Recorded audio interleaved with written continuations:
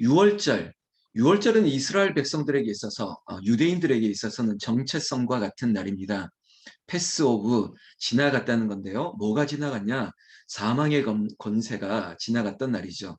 출애굽을 위한 이스라엘 백성들의 첫 번째 유월절을 우리가 한번 상기해 보겠습니다.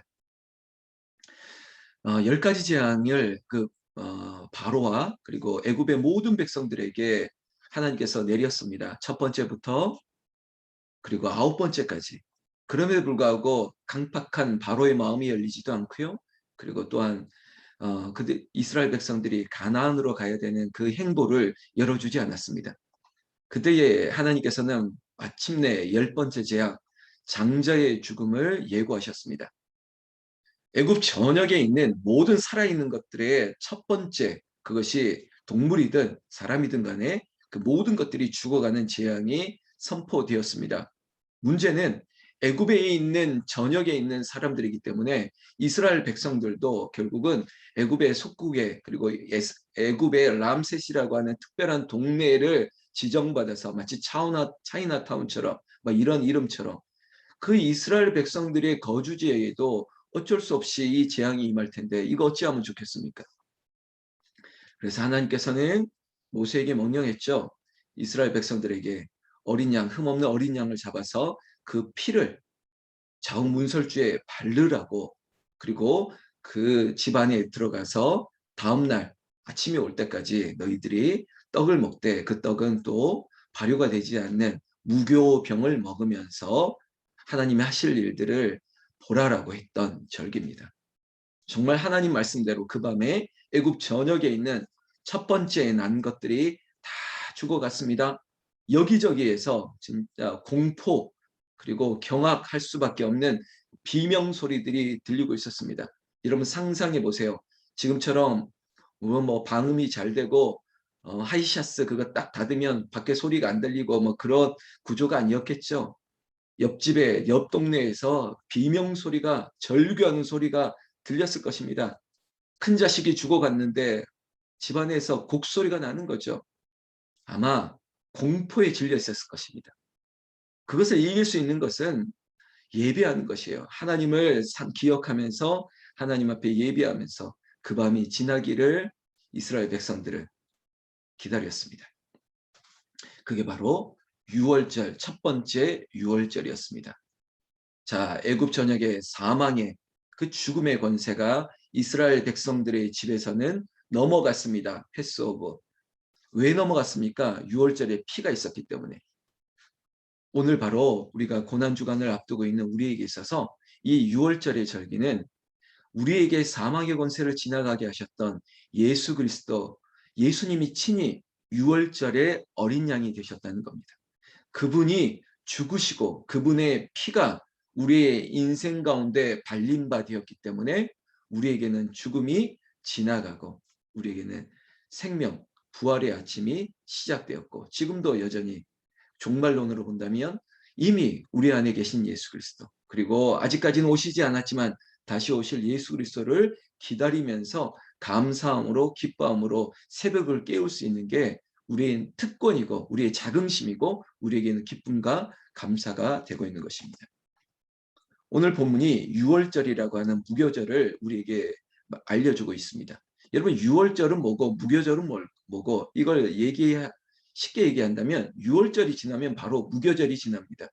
그리고 제가 아까 첫 번째 유월절 발효되지 않는 이스트가 없는 빵을 먹었다는 것처럼 그 유월절 절기가 지나면서 그들은 누룩 없는 빵을 먹으면서 출애굽을 준비했기 때문이에요. 여러분 여행을 가는데 뭘 준비합니까? 여러분 발효되지 않는 떡은 그러니까 곰팡이나 썩지 않겠죠. 멀리 떠나야 되는데 마치 멸균 우유를 준비해야지 상할 우유를 가져갈 수는 없지 않습니까? 그들의 식량, 그래 오랫동안 보관할 수 있는 이 무교어부용, 누룩 없는 떡을 먹기 시작한 거죠. 그러니까 유월절과 무교절은 바로 이어지는 거기 때문에 하나로 묶어 놓는 경우가 많습니다.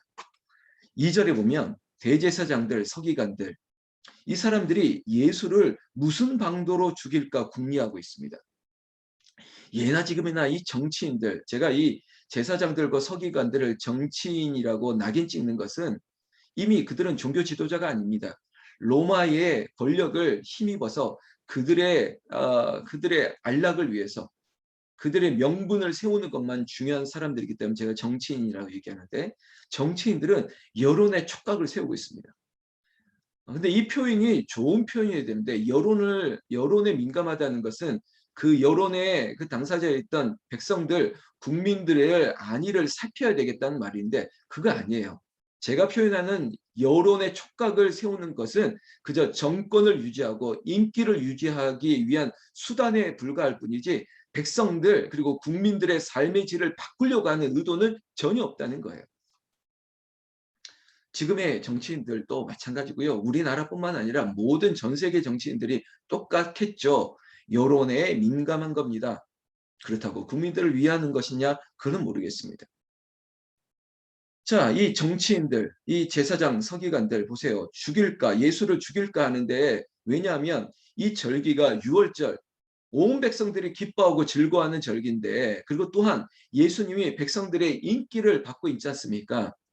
그런데 그 인기, 최고의 여론조사에 뭐 가장 앞서고 있는 이분을 어떻게 하려니까 정치적 부담이 덜컥 든 거죠. 이런 정황들 앞에 이야기는 계속되고 있습니다. 3절 마치 이야기의 시프트인데요. 열둘 중에 하나인 그 예수님의 제자 얘기를 하는 거죠. 12 제자 중에 가룟인이라 부르는 유다, 이 유다의 마음에 사탄이 들어왔다는 것입니다. 여러분, 이 한 대목의 줄을 한번 그세요. 사탄이 사람에게 들어가는 겁니다. 사람을 통해서 정말 이상한 일들이 일어납니다. 그럼 귀신이 들어간다고요? 귀신이 없다고요? 귀신이 있습니다. 우리가 알고 있는 전설의 고향에 있는 그런 귀신 말고 정말 귀신이 있어요. 귀신들이 귀신같이 한다니까요. 자, 저 인간한테 들어가서 저렇게 하면 귀신같이 알아요. 그래서 우리를 쓰러뜨리고 넘어뜨립니다. 이 정치적 혼란기에, 그리고 아주 사탄이 누구를 통해서 그 하나님이 일하셔야 되는데 사탄이 일하게 만든다니까요. 결국은 유다는 사단의 도구가 되었던 것입니다. 여러분, 이 얘기 우리가 다 자세하게 안 해도 어떤 결과가 있는지 아시죠? 6절 말씀 보면 유다가 허락하고 예수를 무리가 없을 때 넘겨줄 기회를 찾더라. 여러분, 귀신은요 호시탐탐 노리고 있습니다. 교회에도 뭐 신천지가 들어오든 교회에 어떤 악한 영이 들어오면 호시탐탐 기회를 엿보고 있습니다. 이게 좀 부정된 말을 하고 불평이 많고 항상 부정적인 사람들을 찾아다닙니다. 그리고 너도 그렇게 생각했어? 목사가 그렇게 말하는 거 너도 이상하다고 너도 생각했어? 교회가 이상하던데, 나만 그렇게 생각한 줄 알았는데 너도 그렇게 생각했어? 이러면서 틈을 엿보는 겁니다. 그러다가요, 그 얼굴이 어느 순간 마치 이 정말 환한 천사와 같은 얼굴이 나중에는 정말 본연의 얼굴을 드러내게 되죠. 이런 일들이 있습니다. 예수님 옆에도 있었다는 것이고, 여러분 교회 가운데도 있을 수 있고요. 또 성경에는 우리 집안 사람이 마귀와 원수가 될 때도 있다는 거죠. 우리가 그래서 항상 깨어 있어 기도해야 되는 겁니다. 기도하고 있어야지 사탄이 틈을 못하고 마귀가 감히 우리 인생 가운데 들어오지 못하는 거예요. 여러분, 기도하고 등에 불을 밝히면서 말씀 가운데 우리의 인생을 조명하고 있는데, 여러분 빛 가운데 어떻게 어둠이 들어올 수 있습니까? 예전에 그 황정엽 씨, 지금 살아계신지 모르겠는데, 그분이 그 노동당 비서를 지냈던 분이 책을 썼던 책 제목이 아직도 인상 깊은데요. 어둠은 빛과 친구가 될 수 없다는 그런 내용을 썼어요. 이게 뭐 선샤인 정책, 햇볕 정책에 대한 그의 어떤 입장을 밝힌 거거든요. 그러니까 좋은 의도로 우리가 어떤 선을 베풀고 원조를 하고 도와주는 거, 이게 선샤인 햇볕 정책이었잖아요. 그런데 이분이 마음속에 있는 그 그러니까 기독교인이기 때문에 그의 마음은 이겁니다. 절대로 어둠은 햇볕과 친구가 될 수 없다는 거죠. 분명합니다. 근데 이게 성경적으로 맞아요. 우리가 긍휼한 마음, 자비의 마음으로 도울 수는 있지만은 어둠이 있는 곳에 작은 불빛 하나만 있어도 어둠은 존재할 수 없습니다. 우리의 인생 가운데 기도의 불을 밝히면요, 어둠의 영은 감히 우리 가운데 올 수 없습니다. 왜? 촛불을 밝히면 그 불이 온 방을 결국에는 비추기 때문입니다.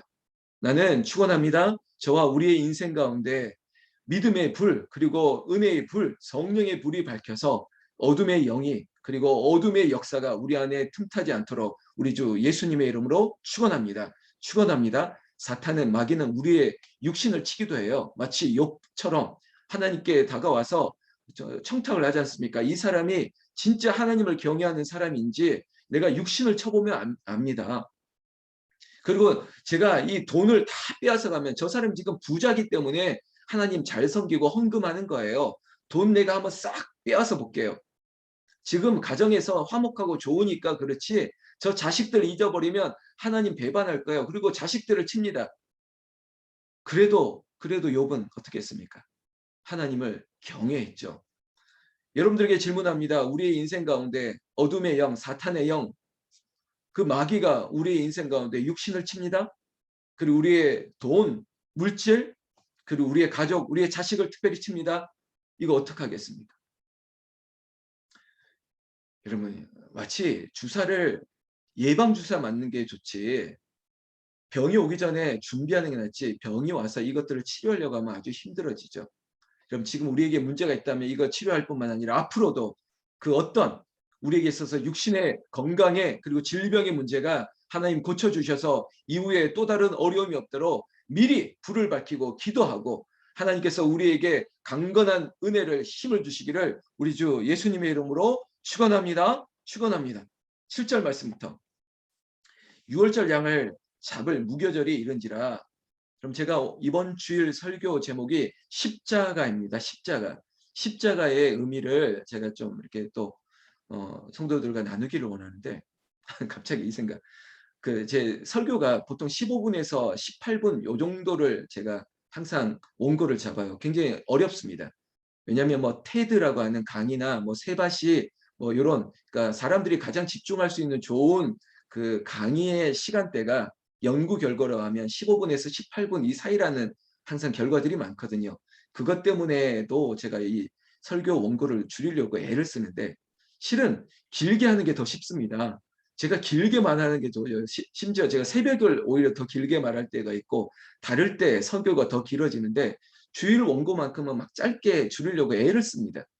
짧은 게 어려워요. 뭐 이 중에 뭐 우리 신문사 기자들도 있을 텐데 단문이 어려워요. 단문.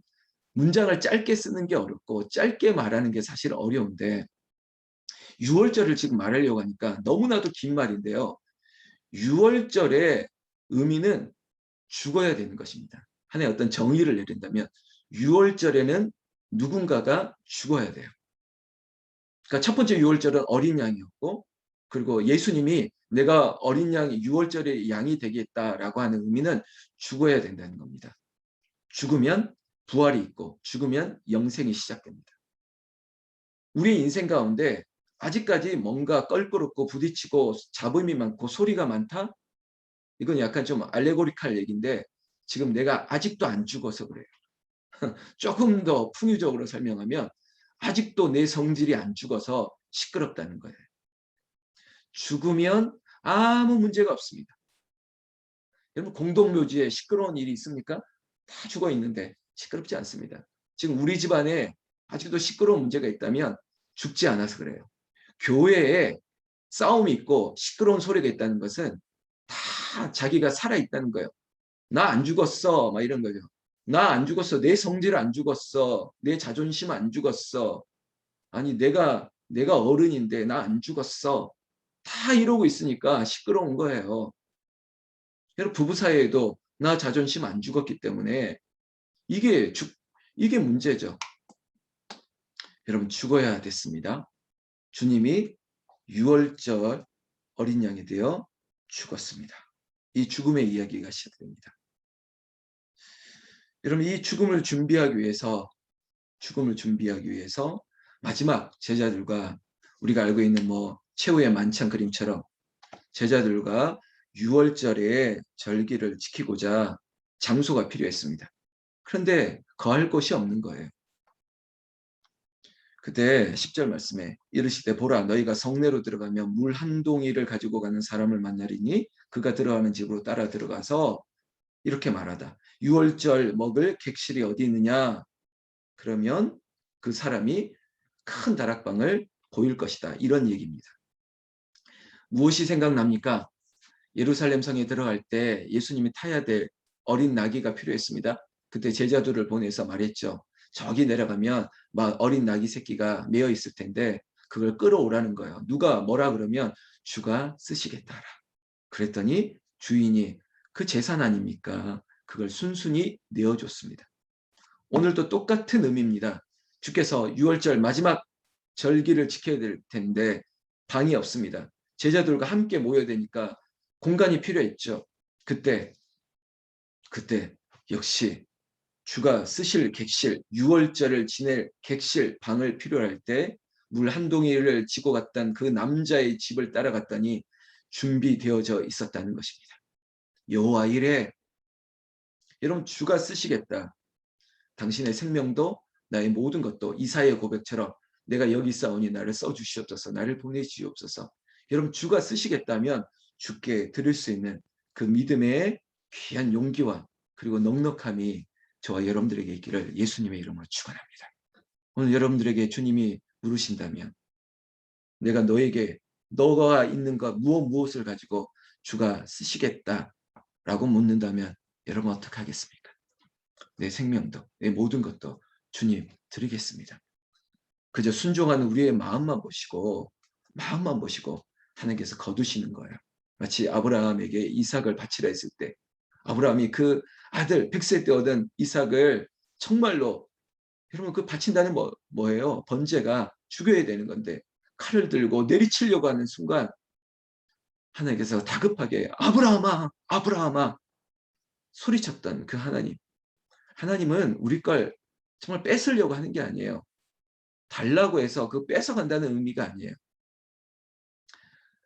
여러분 그저 하나님과 어린아이의 수준으로만 우리가 연상한다면 너 먹고 있는 한 입만 달라고 했을 때 그 한 입 뺏어 먹으면 집에 가서 먹으라고 그 아이스크림 100개라도 싸줄 수 있는 마음이 아버지의 마음 아닙니까? 여러분 주께서 쓰시겠다. 여러분 이것이 그 헌금의 마음과 동일한 거예요. 여러분 이 현금의 액수 가지고 막 고민하지 마시고 마음의 감사함으로 동전 2랩돈 그거를 드릴 수 있는 마음이 우리에게 있으면 그걸로 족하는 거예요. 많고 적음에 무슨 문제입니까?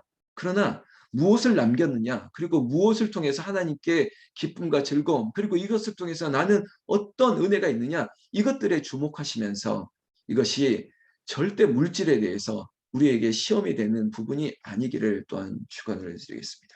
사랑하는 성도 여러분, 월요일부터 금요일까지 함께 했습니다.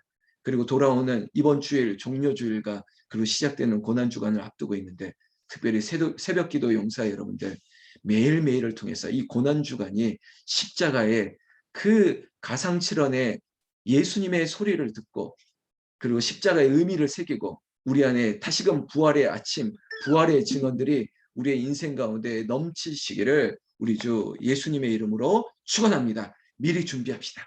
미리 준비합시다. 누구보다 여기에 있는 저와 여러분들 새벽을 깨우는 우리가 영적으로 준비해서 영적으로 하실 하나님의 은혜들을 누리시는 한 주간 되시기를 우리 주 예수님의 이름으로 축원합니다. 축원합니다. 아멘.